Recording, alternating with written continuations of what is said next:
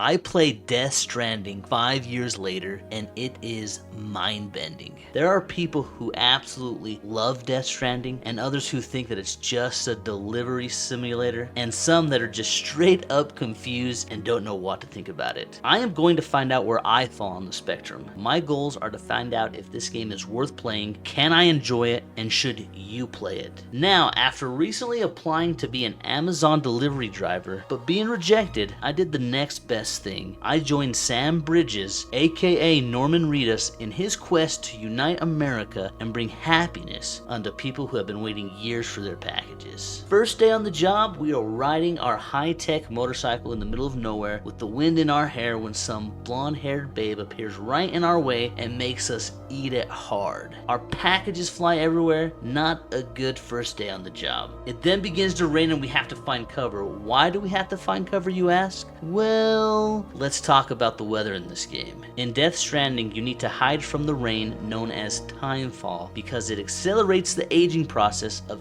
everything it touches. This means that if you are exposed to Timefall, you and your items you're carrying will deteriorate or age rapidly. What the hell, right? Crazy stuff. And this is just the tip of the iceberg, but stay with me. We then find a cave to hide in, and guess who also shows up in the cave? What are you doing? Some kind of power? Trying to stay dry. Same as you. Now come on, lady, what was up with that? I don't care that you are beautiful in a respectful way. We quickly forget about it because some invisible creature comes into our cave and we have to apparently hold our breath so that way the creature does not detect us. The rain stops, the creature leaves, and our friend just seems to teleport right in front of our eyes like Harry Potter, and I am left with so many questions. What is going on? We recover our dropped packages and complete our delivery all on foot since our bike at the moment is currently out of commission. Which brings me to a very unique aspect about this game that I really like, even though it gets a lot of crap and is called a delivery simulator. The walking and delivering mechanics in Death Stranding are unique for several reasons. Balance and stamina. We must manage Sam's balance while carrying cargo, which can shift and affect his stability. Then you have the cargo management. The game emphasizes the importance of how you carry your cargo. Different items have different weights and sizes, affecting yours, aka Sam's movement, speed, and agility. You can choose to stack them, you can use them on vehicles, or you can even attach the cargo to your body in different ways. And then you have the terrain. The game world features a mix of challenging landscapes, including mountains, rivers, and rocky paths. Players must plan their routes carefully, considering factors like elevation and the presence of Timefall, the rain we just talked about, which can damage your cargo. These are just some of the things that get in the way of our deliveries. Once we complete the delivery, we are asked to help dispose of a dead body because if it is not disposed of soon, we are in trouble. Trouble, you say? What kind of trouble? Well, I thought you'd never ask. Dead bodies, particularly those of humans, become a significant part of the game's mechanics and narrative. When a person dies, their body can become a BT, which stands for beached thing, which are spectral entities that haunt the world. That's right.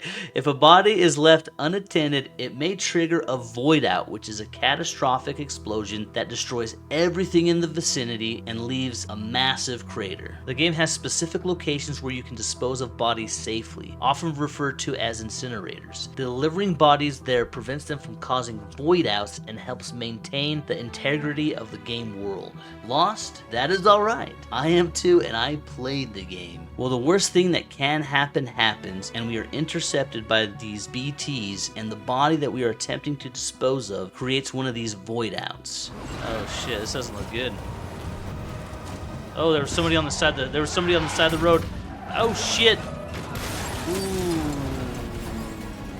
This whole sequence was just so mind-blowing to me and really dug its hooks into me. I love a game with a good mind-bending story. One of my all-time favorite movies is Tenet. I still don't completely understand if time is moving forwards or backwards. Back to Death Stranding. This game has the same mind-bending going on. I'm loving it. Give me more. Now, because of the Voidouts, Sam dies. but not really. Let me explain. If Sam dies in the game, he experiences a unique consequence tied to the game's themes of life and death. When he dies, he enters a sort of limbo called the beach. In this space, Sam can see his own body and interact with other entities, including BTs and other characters. For him, it's a surreal experience, often reflecting his emotional state and the connections he has with others. After a short period of time while on the beach, Sam can then return to the living world. However, this process consumes a portion of his life, aka Timefall, represented by the mechanic where he has a limited number of times he can die before facing serious consequences. Overall, dying in Death Stranding is not just a simple game mechanic, but is often woven into the story and themes, enhancing your experience and the complexity of the world. Now, I am so confused at this point, but I like it. We wake up and we have been transported to some facility where we are told that the President of the United States wants to speak with us, and just to add a cherry on top of it, the President is also